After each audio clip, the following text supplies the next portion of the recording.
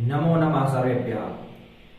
संस्कृत भारती गुजरात द्वारा लेवामां आवती संस्कृत गौरव परीक्षाना पार्ट 4 એટલે કે ભાગ ચોથો ના આ વિડિયોમાં હું જયદીપ ઠાકર આપ સૌનું હાર્દિક સ્વાગત કરું છું। આપ સૌને જણાવવાનું કે સંસ્કૃત ગૌરવ પરીક્ષાની ત્રીજી જે પરીક્ષા રહેલી છે એના આ વિડિયોમાં આજે આપણો જે અભ્યાસક્રમ ત્રીજી પરીક્ષાનો જે રહેલો જે છે એ આજે પરિપૂર્ણ થશે। આપણે અગાઉ 3 વિડિયોની અંદર આપણે આગળનો અભ્યાસ જે છે આપણે કરી ચૂક્યા છીએ। તેમાં સાથે સાથે આજે આપણે આગળનો જે અભ્યાસક્રમ જે છે તેને આજે આપણે જોઈએ। તો અહીં આપણો આ ભાગ ચોથો જે છે તેની અંદર અભ્યાસ આપણે શરૂઆત કરીએ એ પહેલા આપણે જણાવવાનું કે જો આપે મારી આ YouTube ચેનલને સબસ્ક્રાઇબ ન કરી હોય તો સબસ્ક્રાઇબ કરીને લાઈક કરી દેશો। આપણે અહીં વિદુર નીતિ જે છે તેના વિશે આજે આપણે અભ્યાસ કરવાનો છે। તેમાં આપને દરેકને ખાસ ખ્યાલ હોય કે આપે દરેકે ચાણક્યનું નામ સાંભળ્યું હોય। ચાણક્ય જે છે તેની ચાણક્ય નીતિ જે પ્રખ્યાત રહેલી છે તેવી જ રીતે વિદુરજી જે છે એ વિદુરજીની વિદુર નીતિના કેટલાક બોધો કેટલાક તેના શ્લોકો જે છે એ ખૂબ જ મહત્વના છે। તો અહીં સરસ મજાનું ચિત્ર જે છે એ આપણને અહીં જોવા મળી રહ્યું છે કે જીવનને લગતા કેટલાક જે બોધો જે છે તેના વિશે આપણને ખ્યાલ આવે। તો ચાલો હવે આપણે તેની શરૂઆત કરીએ।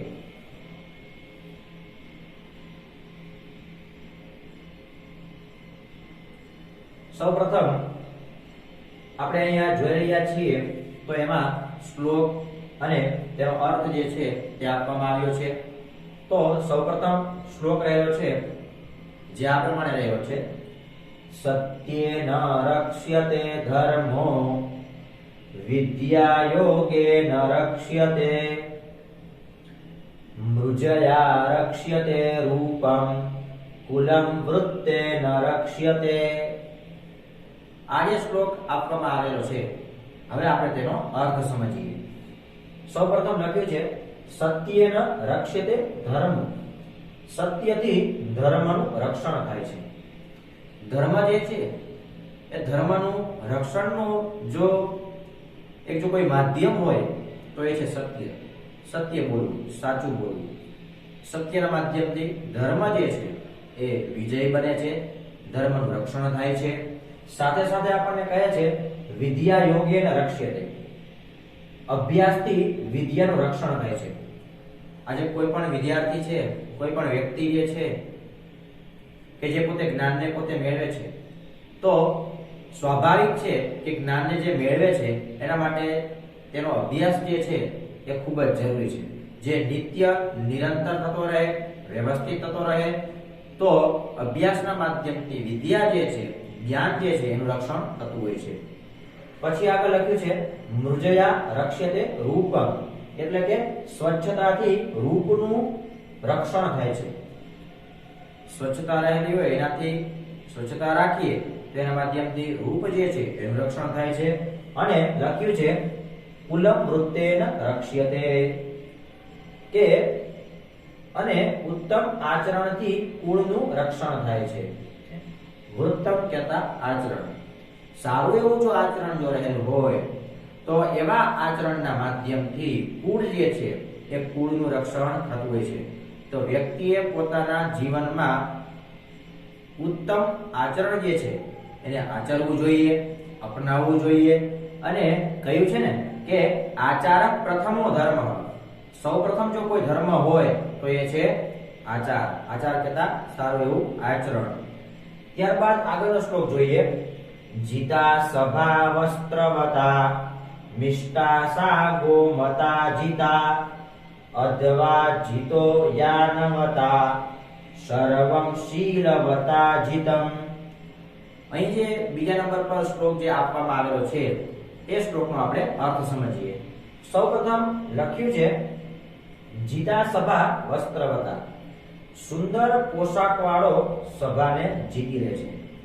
કોઈ પણ વ્યક્તિ જે છે એ પોતે સભામાં જાય છે તો સારા સુંદર સરસ મજાના વસ્ત્રો જે છે ને પોતે ધારણ પોતે કરેલા હોય તો સ્વાભાવિક છે કે સભામાં જે રહેલા જે વ્યક્તિઓ હોય એના કરતા તે વ્યક્તિ જે છે એ કંઈક અલગ જ પ્રકારે જોવા મળતો હોય છે. એટલા માટે તેને સભાને જીતી લે છે. પછી લખ્યું છે મિષ્ટાસા ગોમતા જીતા. લખ્યું છે ગાય રાખનારો માણસ મધુર સ્વાદની ઈચ્છાને જીતી લે છે.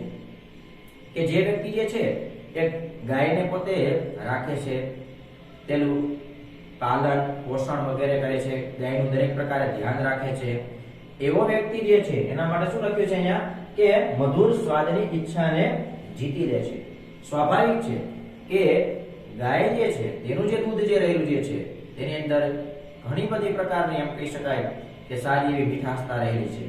અને એ વ્યક્તિ જે છે ગાય સાથે સાથે ગાયનું દૂધ તો એમાંથી આપણને ઘણું બધું મળે છે જેને આપણે દરેક જાણીએ છીએ.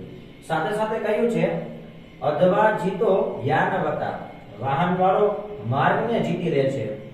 સ્વાભાવિક છે કે જે માર્ગ હોય અને એ માર્ગ ઉપર કશું જો ન રહેલું હોય, વાહનની અવર જવર ન રહેલી હોય, આપણે એમ કહી શકાય કે જે માર્ગ જે રહેલો જે છે એ માર્ગમાં પણ કોઈ વ્યક્તિની અવર જવર ન હોય તો સ્વાભાવિક છે કે એકદમ બધું સુનકાર આપણને લાગતું હોય છે, પણ વાહન વાળો માર્ગને જીતી લે છે. અને પછી આગળ વાત કરી છે સર્વશીલવતા જીતમ. અને ઉત્તમ સ્વભાવ વાળો મનુષ્ય બધું જીતી લે છે. જેનો સ્વભાવ સારો રહેલો હોય એવો વ્યક્તિ જે છે એ વ્યક્તિ પોતે આ સંપૂર્ણ એમ કહી શકાય કે મોટા ભાગે જે વિશ્વ જે છે એને જીતવાની ક્ષમતા પોતે વ્યક્તિ ધરાવતા હોય છે. પણ એના માટે થઈને વ્યક્તિ જે છે એ વ્યક્તિનો સ્વભાવ સારો હોવો જરૂરી છે. સારો જો વ્યક્તિનો સ્વભાવ રહેલો હોય તો સ્વાભાવિક છે કે એના મિત્રો જે છે એ ખૂબ જ થતા હોય છે.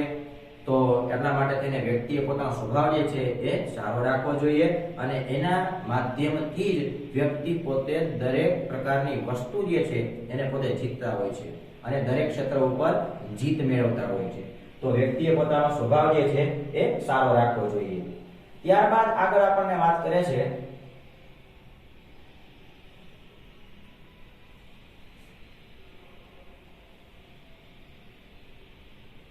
શ્લોક લખ્યો છે સંપન્નતરમેવાન્નમ દરિદ્રા ભુંજતે સદા ક્ષુત્સ્વાદુતામ જનયતિ સાચાડ્યેષુ સુદુર્લભા.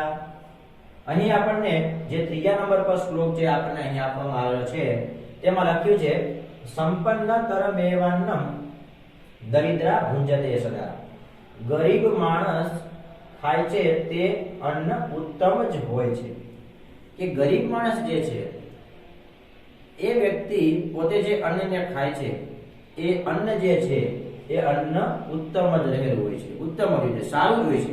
શું કામ કે એ વ્યક્તિ જે છે એ વ્યક્તિએ પોતે મહેનત પોતે કરેલી હોય છે, વ્યક્તિનો ભાવ પોતાનો સારો રહ્યો હોય છે. અને અહીં શું કહે છે લખ્યું છે ત્યાં દરિદ્રા ભુંજતે સદા. કેમ કે તેમની ભૂખ અન્નમાં સ્વાદ ઉત્પન્ન કરે છે. સ્વાભાવિક છે કે જે ગરીબ જે વ્યક્તિ જે રહેલા હોય છે એવા વ્યક્તિનું અન્ન જે છે એ ઉત્તમ હોય છે.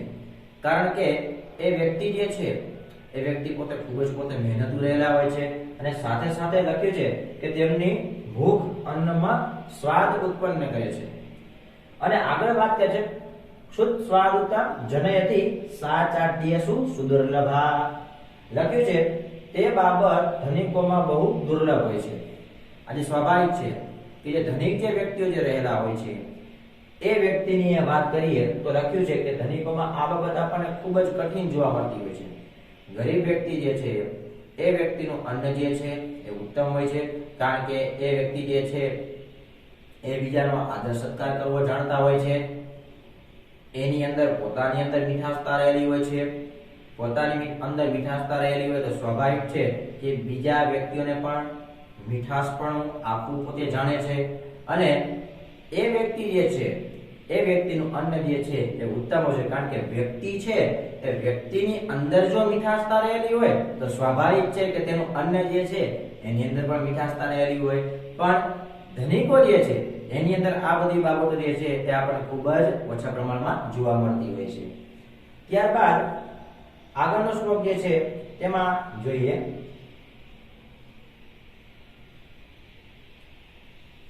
હિંસા બલમ સાધુનામ રાજ્ઞામ દંડ વિધિર્બલમ શુશ્રુષાતુ બલમ સ્ત્રીણામ ક્ષમા ગુણવતામ બલમ. અહીં આપણને આ જે શ્લોક આપવામાં આવ્યો છે તેનો આપણે અર્થ સમજીએ. સૌપ્રથમ લખ્યું છે હિંસા બલમ સાધુનામ, કે દુર્જનોનું બળ એ હિંસા છે. દુર્જન વ્યક્તિ જે હોય છે, જે કોઈને કોઈ પ્રકારે બીજા કોઈ અન્ય વ્યક્તિને હેરાન પરેશાન કરતા હોય છે, એનું જો કોઈ બળનું માધ્યમ હોય તો એ છે હિંસા. બીજા કોઈ પણ વ્યક્તિઓને જે તે પ્રકારે તેની હિંસા કરવી. પછી એ કોઈ પણ પ્રકારે હિંસા હોય, શારીરિક હિંસા પણ હોઈ શકે, અન્ય રીતે પણ હિંસા હોઈ શકે. રાજ્ઞામ દંડ વિધિર્બલમ, રાજાઓનું બળ દંડ વિધાન છે. કે રાજાઓ જે રહ્યા એનું જો સૌથી કોઈ મોટું બળ રહેલું હોય તો એ છે એનું દંડ વિધાન. શું કામ? કે એનું બળ એટલા માટે રહેલું છે કે જો રાજા પોતે દંડ વિધાન નિશ્ચિત ન કરે, રાજા જે છે એ દંડ વિધાન ન રાખે તો સ્વાભાવિક છે કે રાજા રાજાના સ્થાને ન રહે. બીજું આપણે એ પણ જાણવું ખૂબ જરૂરી છે કે રાજા માટે જો દંડ વિધાન જો એને પોતે નિશ્ચિત પોતે કરેલું હોય તો સ્વાભાવિક છે કે તેની પ્રજા જે છે એ વ્યવસ્થિત રીતના રહી શકે. એટલા માટે થઈને તેનું બળ જે છે એ છે દંડ વિધાન. દંડ વિધાનના માધ્યમથી દરેક વ્યક્તિઓ જે છે એને વ્યવસ્થિત રાખવા માટેના, પ્રજાને સરખી રીતે રાખવા માટેના પોતે પ્રયત્ન કરી શકે છે. ત્યારબાદ કહે છે શુશ્રુષા તુ બલમ સ્ત્રીણામ, એટલે કે સ્ત્રીઓનું બળ એ સેવા છે. મહિલાઓ જે છે, સ્ત્રીઓ જે છે, એની જો સૌથી અને સારું જો કોઈ બળ જો રહેલું હોય તો એ છે સેવા. સેવા કરવી જોઈએ.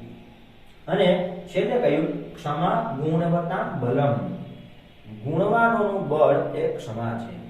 કોઈ પણ ગુણવાન વ્યક્તિ જે હોય એ વ્યક્તિનું જો કોઈ બળ જો રહેલું હોય તો એ બળ છે ક્ષમા, માફી આપી દેવી, માફ કરી દેવા. એટલા માટે સંસ્કૃતમાં કીધું છે કે ક્ષમા વીરસ્ય ભૂષણમ, વીર વ્યક્તિ જે હોય છે એ વીર વ્યક્તિઓનું આભૂષણ ઈ છે ક્ષમા, માફ કરી દેવા જોઈએ. ગુણવાન વ્યક્તિ છે એની અંદર ગુણો રહેલા છે, તેમ છતાં એ વ્યક્તિ બીજા કોઈ વ્યક્તિ જે છે એને ક્ષમા નથી કરતા, એને માફી નથી આપતા તો સ્વાભાવિક રીતના ક્યાંક ક્યાંક એ વ્યક્તિઓ જે છે એ પોતાના જે ગુણો જે રહેલા જે છે એમાં ક્યાંક ને ક્યાંક પોતે તકલીફ જે છે એનો સામનો પોતે કરવો પડતો હોય છે. તો સારા ગુણો રહેલા હોય તો એવા વ્યક્તિઓનું બળ એ છે ક્ષમા. આ વાત થઈ આપણે ચોથા નંબરના શ્લોકની. ત્યાર પછીનો શ્લોક જે છે એ શ્લોકને આપણે જોઈએ.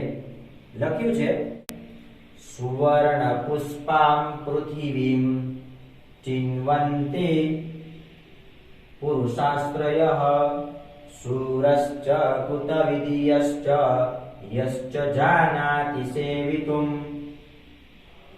લખ્યું છે કે વીર, વિદ્વાન અને સેવાધર્મી આ ત્રણ પ્રકારના મનુષ્યો પૃથ્વીમાંથી સુવર્ણ રૂપી પુષ્પોનો સંચય કરે છે. શું લખ્યું છે અહીંયા? ત્રણ પ્રકારના મનુષ્યો જે છે એની વાત કરવામાં આવી છે કે આ ત્રણ પ્રકારના મનુષ્યો, ત્રણ પ્રકારના કયા ત્રણ પ્રકારના? તો લખ્યું છે કે વીર, બીજા વિદ્વાન અને ત્રીજા સેવાધર્મી. આ ત્રણ એવા છે કે જે પોતે સોના રૂપી પુષ્પો જે છે એનો પોતે સંચય કરે છે, એને પોતે ભેગા કરે છે. કેવી રીતે? લખ્યું છે વીર, વીર કહેતા જે વીર પુરુષ હોય તે, આજે જે વીર પુરુષ રહેલો છે એ વીર પુરુષ અન્ય વીર પુરુષ જે છે એ વીર પુરુષને પણ એ પોતે વ્યવસ્થિત રીતના પોતે બનાવતા હોય છે. જે વીર પુરુષો રહેલા હોય છે, વીર વ્યક્તિઓ બીજા વીર વ્યક્તિઓનું નિર્માણ કરતા હોય છે. વિદ્વાન વ્યક્તિ જે છે, જ્ઞાની વ્યક્તિ જે છે, એ જ્ઞાની વ્યક્તિ, વિદ્વાન વ્યક્તિ તેના જેવા બીજા વિદ્વાન વ્યક્તિઓનું, જ્ઞાની વ્યક્તિઓનું નિર્માણ કરતા હોય છે. અને એ જ્ઞાન આપીને બીજા અન્ય વ્યક્તિઓ જે છે એ પણ પોતે વિદ્વાન કે જ્ઞાની બનતા હોય છે. સેવાધર્મી વ્યક્તિ જે વ્યક્તિ પોતે ધર્મ કાર્ય માટે થઈને કે કોઈ પણ પ્રકારે સેવાનું જે પોતે કાર્ય પોતે કરે છે, એ સેવા કરનારા વ્યક્તિઓ અન્ય વ્યક્તિઓ જે છે એને સારી એવી સેવા કરે એવા વ્યક્તિઓનું પોતે નિર્માણ પોતે કરતા હોય છે. કારણ કે જે કાર્ય પોતે કરતા હોય છે એ જ કાર્ય બીજા વ્યક્તિ કરે એના માટેના એમના પોતાના પ્રયત્નો રહેતા હોય છે.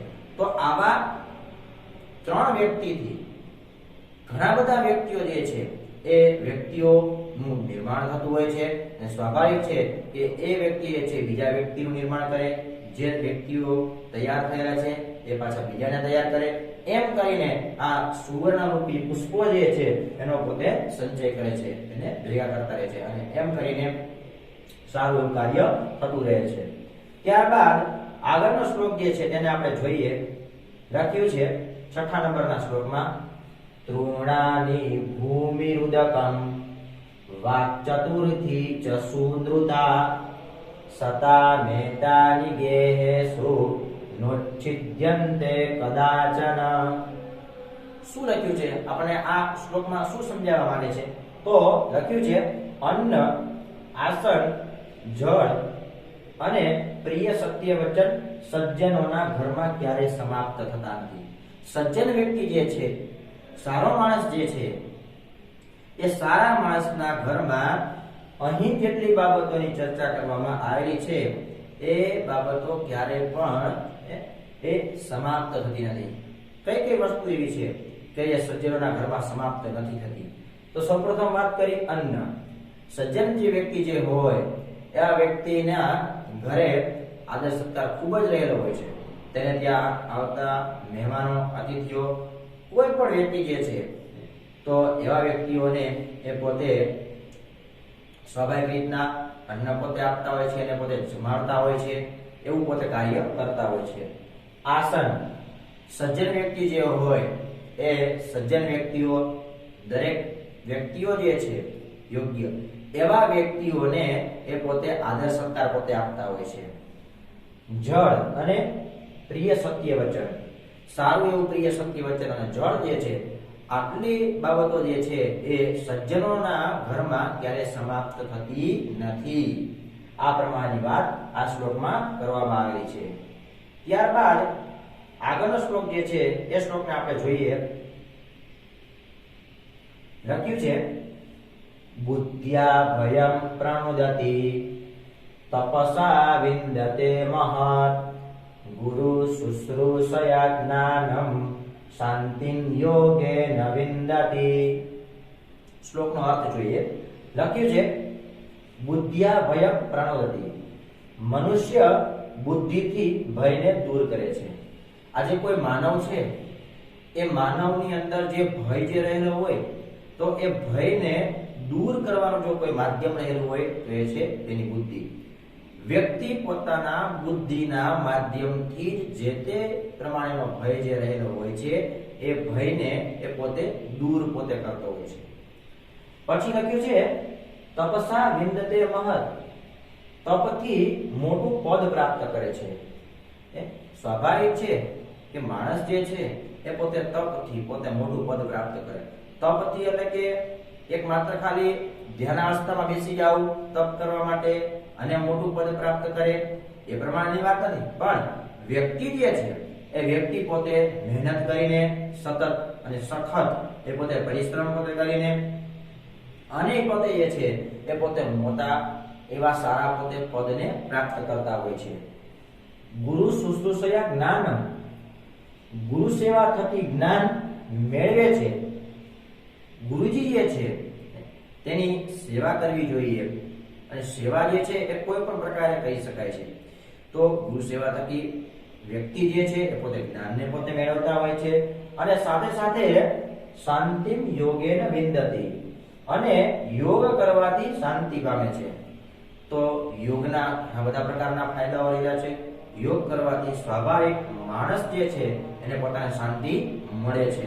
અને યોગ વિશે આપ દરેક વ્યક્તિ જે છે એ ખૂબ જ વધુ જાણો છો કે યોગના માધ્યમથી વ્યક્તિ જે છે એ પોતે તેનું મન ચિત્ત એકદમ શાંત બનતું હોય છે. તો આ પ્રમાણેની વાત જે છે તે આ શ્લોકમાં કરવામાં આવી છે. ત્યારબાદ આગળનો શ્લોક જોઈએ.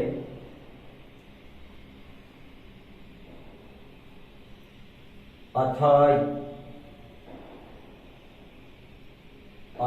યે સહિતા વૃક્ષા સંગસઃ સુપ્રતિષ્ઠિતાઃ તેહિ શીઘ્રતવાન વાતાન સહંતેન્યોન્ય સંશ્રયાત.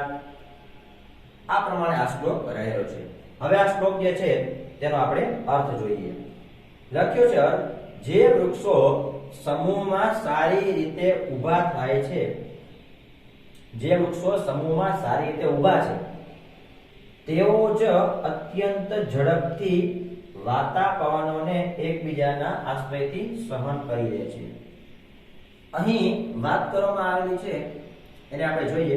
લખ્યું છે કે જે વૃક્ષો સમૂહમાં સારી રીતે ઊભા છે એ જ વૃક્ષો જે છે એ જ વૃક્ષો પોતે અત્યંત ઝડપથી જે પવન જે આવતો હોય છે એ પવન જે આવતો હોય છે તો સ્વાભાવિક રીતના એકબીજાના આશ્રયથી પોતે સહન કરી લે છે.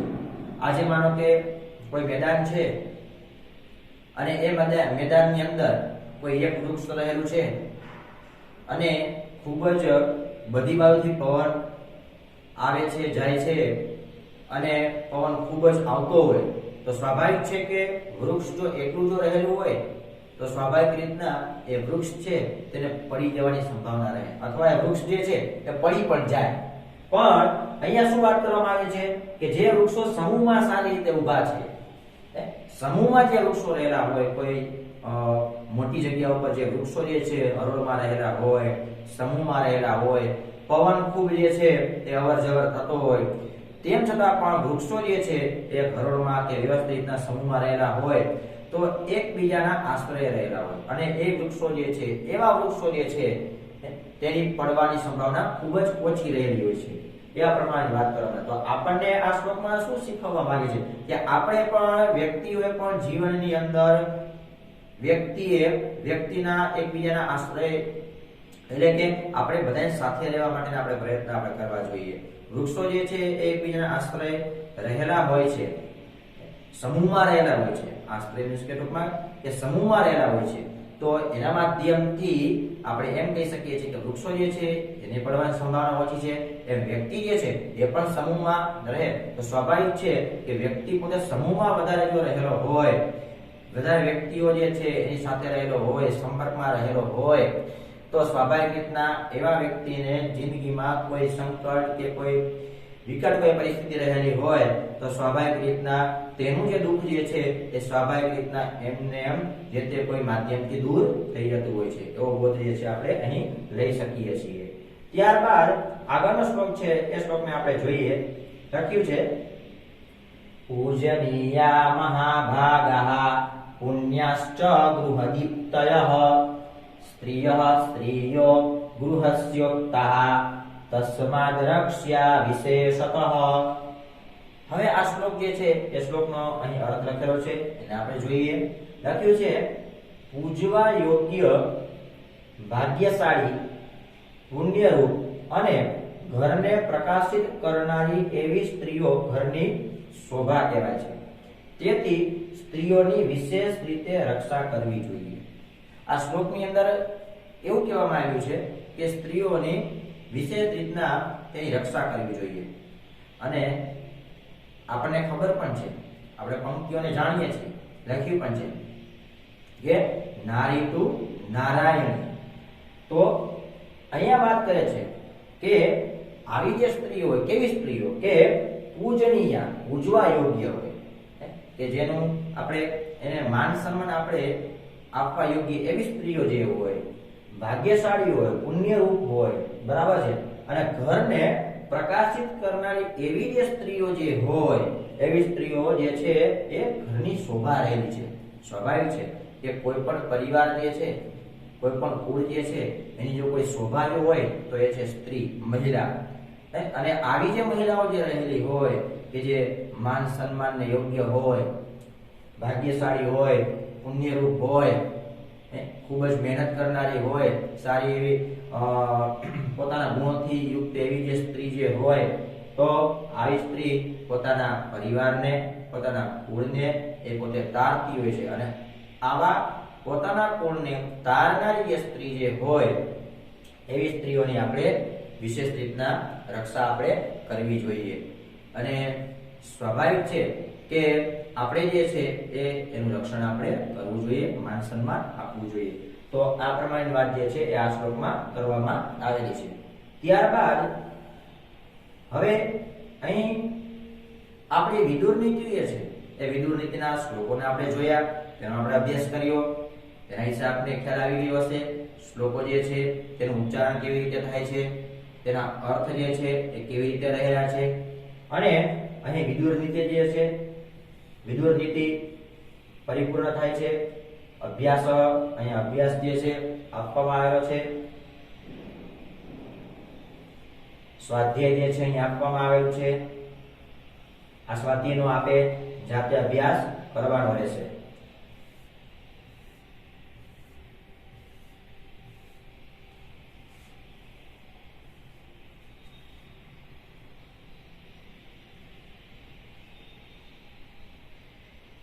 ત્યારબાદ પેજ નંબર 32 પર પદાની અહીં તમને શબ્દો જે છે એ અહીં આપવામાં આવેલા છે. જે શબ્દો અહીં સંસ્કૃતમાં આવેલા છે એ જ બધા શબ્દોનો ગુજરાતી અર્થ પણ એ જ થાય છે. જે રીતે આપણે એક બે જોઈ લઈએ. જય એટલે કે જય, એટલે કે વિજયના અર્થમાં. હટ એટલે કે હટ. પુત્ર એટલે કે પુત્ર. યજ્ઞ એટલે કે યજ્ઞ. વૃક્ષ એટલે કે વૃક્ષ. તો જે સંસ્કૃત શબ્દ રહેલો છે તેનો ગુજરાતી અર્થ પણ આ પ્રમાણે થાય છે. તો આપે આનો અભ્યાસ જે છે એ કરી લેવાનો રહેશે. ત્યારબાદ